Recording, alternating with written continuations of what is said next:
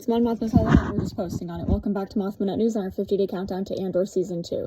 Today, I'm just gonna discuss kind of like a theory that some people have. I don't think Palpatine's gonna show up in Andor Season 2. A big thing during the Empire is that he didn't show up, like he was not present in the Senate, and he was not somebody that was like actively doing his job.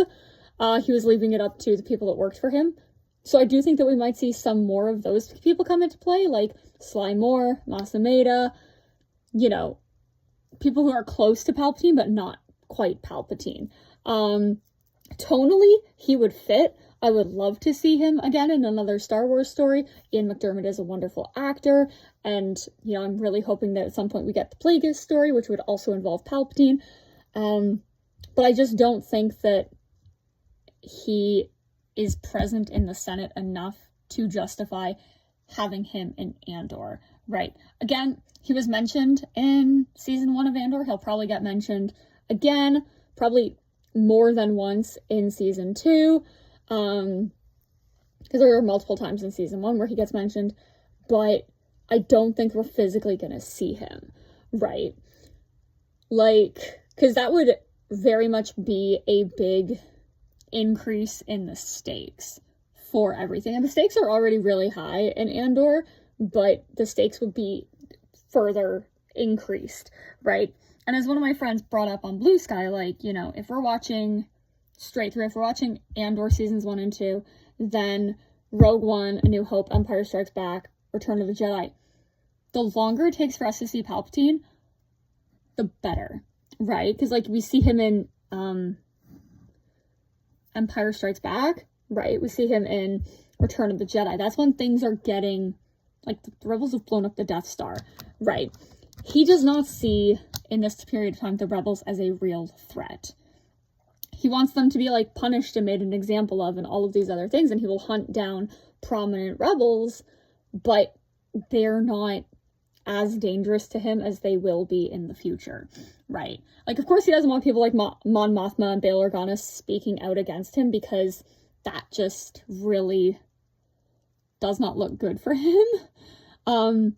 In that, you know, powerful people who have these voices speaking out against him is just going to draw more people into their cause, which will ultimately make the rebellion a threat.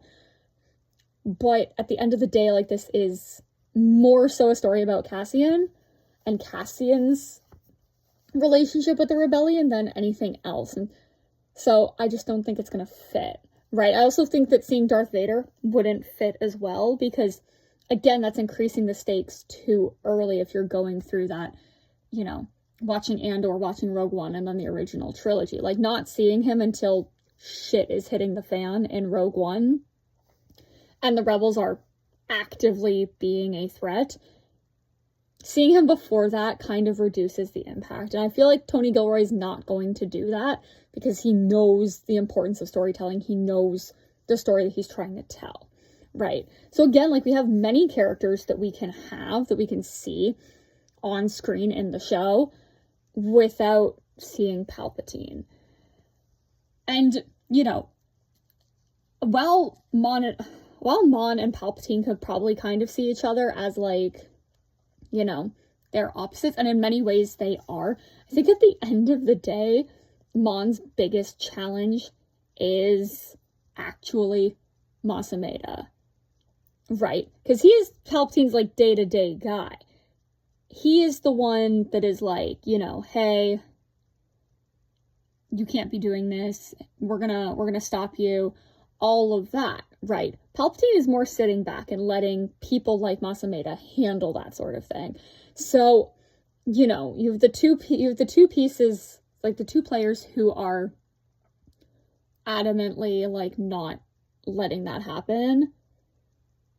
And like you've got, like, people like Mon and Bail who are like, yeah, we're gonna rebel. Palpatine's not really gonna care, because the second that they see him interfere or do something about it, like, in person, they're like, oh, so now he sees how serious we are. Whereas sending his little minions is also him talking shit about the rebellion and the rebels and their efforts. Being like, you are beneath my notice, right? But I can let my little lackeys handle you. Does that make sense? Yeah, that's why I don't think we're gonna see Palpatine. I just don't think that this is a story for Vader. He fits in Rogue One in a perfect amount. I enjoy the scenes. I enjoy Vader's scenes in Rogue One, especially the scene on Mustafar between him and Krennic, because it goes more into the interactions that different Imperials will have with each other and the hierarchy within the Imperial system. And so even a person like Krennic, who thinks that he's like all high, like powerful, does not have the ability to stand against somebody like Vader. Yeah, anyways, that's just my general thoughts. I don't hate any of the characters, so I'm like, I don't think we'll see them. I just don't think that we'll see them in this story, and that's okay. You can find me at Bejeweled Mothma and Mothma Updates on most social media platforms. My panel is next Friday, 18th of April, from 4 to 5 on the fan stage at Star Wars Celebration.